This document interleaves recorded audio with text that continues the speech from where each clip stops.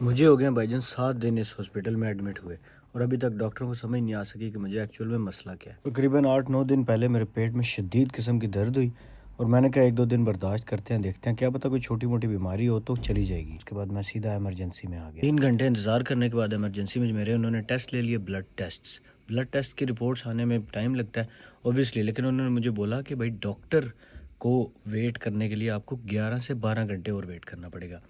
خیر میں نے ٹیسٹ دیے، 5-6 گھنٹے میں نے ویٹ کیا، میری بس ہوگی، مجھے شدید قسم کی درد ہو رہی تھی۔ میں بار بار انہیں کہہ رہا تھا کہ مجھے کوئی پین کلر دے دیں، لیکن مجھے انہوں نے کوئی پین کلر بھی نہیں دیا۔ وہ کہتے وی آر ریئلی بیزی، 1-2 گھنٹے اور ویٹ کرنے کے بعد میری بس ہوگی۔ میں نے کہا چھوڑو دفع کرو، گھر واپس چلتے ہیں۔ میں گھر واپس چلا گیا، اگلے دن کا ٹائم آ گیا اور اگلے دن مجھے ہاسپٹل سے کال آ گئی کہ آپ کے جو بلڈ ٹیسٹ ہیں وہ انتہائی ڈینجرس چل رہے ہیں، تو آپ واپس ہاسپٹل پہنچیں۔ اس کہانی میں آپ کو کافی ساری چیزیں پتہ چلیں گی کہ جب آپ NHS میں خاص طور پہ ایڈمٹ ہو جاتے ہیں کسی بھی ہاسپٹل میں، تو علاج کا ان کا کیا طریقہ کار ہوتا ہے، کون کون سی سروسز آپ کو دیتے ہیں اور کس طرح سے آپ کو چیک اینڈ بیلنس کرتے ہیں۔ میں نے سنا یہ تھا کہ جو ہے ایک دفعہ آپ کا نمبر آ جائے، اس کے بعد پھر آپ کا چیک یہ اچھی طرح سے کرتے ہیں۔ خیر کہانی آگے بڑھاتے ہیں، تو انہوں نے مجھے ایمرجنسی میں ایڈمٹ کر لیا اور ایمرجنسی میں جا کے کچھ تھوڑے سے دوبارہ انہوں نے بلڈ ٹیسٹ وغیرہ لیے اور اس کے بعد انہوں نے مجھے کہا کہ آپ کو ہم وارڈ میں شفٹ کرنے لگے ہیں کیونکہ آپ کے جو بلڈ ٹیسٹ ہیں وہ ٹھیک نہیں ہے۔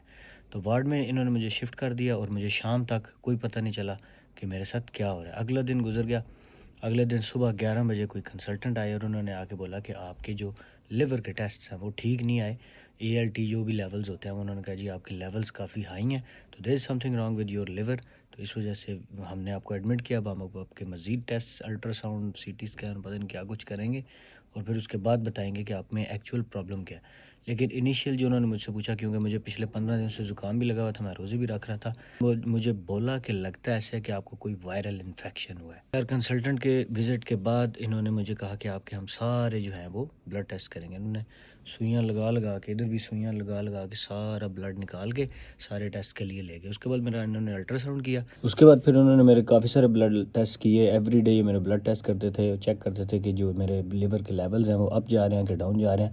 تو اچھی بات یہ ہوئی کہ وہ آٹومیٹیکلی خود ہی ڈاؤن جانا شروع ہو گئے۔ مین وائل میں GPT سے پوچھنا شروع کر دیا کہ مجھے کون کون سی چیزیں کھانی چاہیے مجھے، کیونکہ یہاں پہ بہت زیادہ شدید پین تھی۔ اس کے پین کلرز بھی دے رہے تھے، پیراسیٹامول بھی تھے، مجھے بار بار بخار ہو رہا تھا، ڈرپس وغیرہ لگ رہی تھی۔ مین وائل انہوں نے کنولا لگا کے اینٹی بایوٹکس بھی شروع کر دی اور جتنی میڈیکیشنز ہو سکتی تھی وہ انہوں نے مجھے دی۔ 3-4 دن گزرے تو میرا کافی لیولز جو تھے وہ ڈاؤن آ گئے اور میری طبیعت بھی کافی سیٹ ہو گئی۔ لیکن اس سب میں ایک سب سے بڑا کوسچن تھا کہ مجھے ایکچوئل میں ہوا کیا تھا۔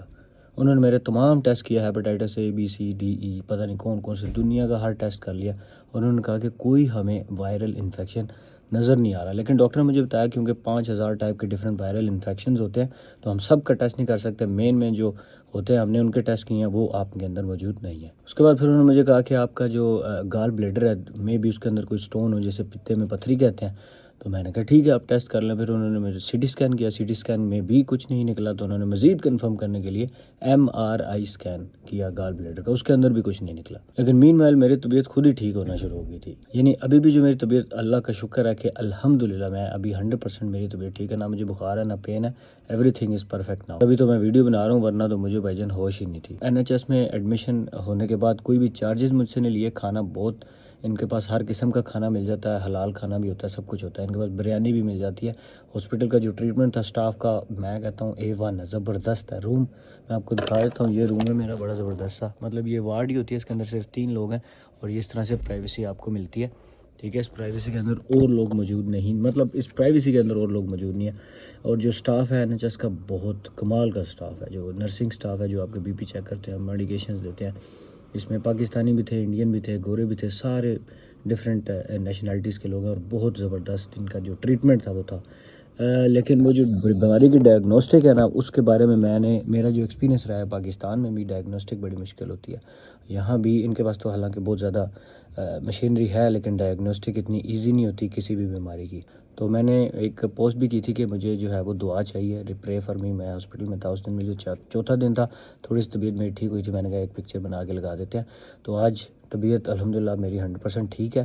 میں تو ان کو کہہ رہا تھا کہ یار مجھے اب چھٹی دے دو، بس میں گھر چلا جاؤں، میں تنگ آ گیا ہوں، فیلز لائک کہ آپ ایک جیل میں ہیں۔ تو تھینک یو ایوری ون جنہوں نے میرے لیے دعا کی، اور thanks for watching, thank you, خدا حافظ۔